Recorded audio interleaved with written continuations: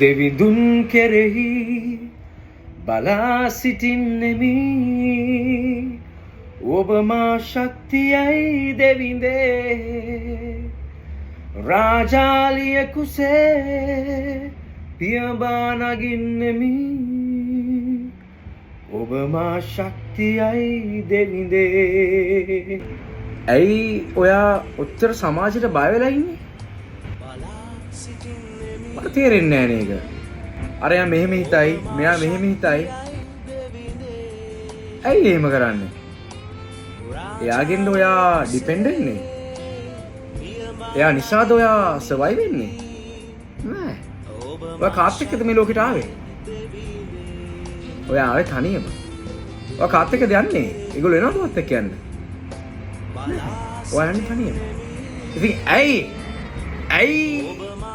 තව කෙනෙක් හිතන විදිහට සමාන වෙන්න හදන්නේ? ඔයා වෙනස්. ඔයාගේ අනුග්‍රහය වෙනස්.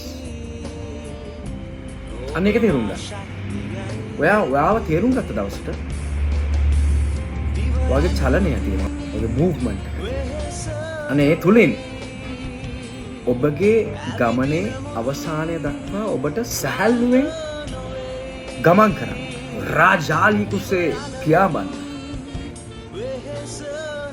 හැකි වෙනවා. God's Mind. SM Studios.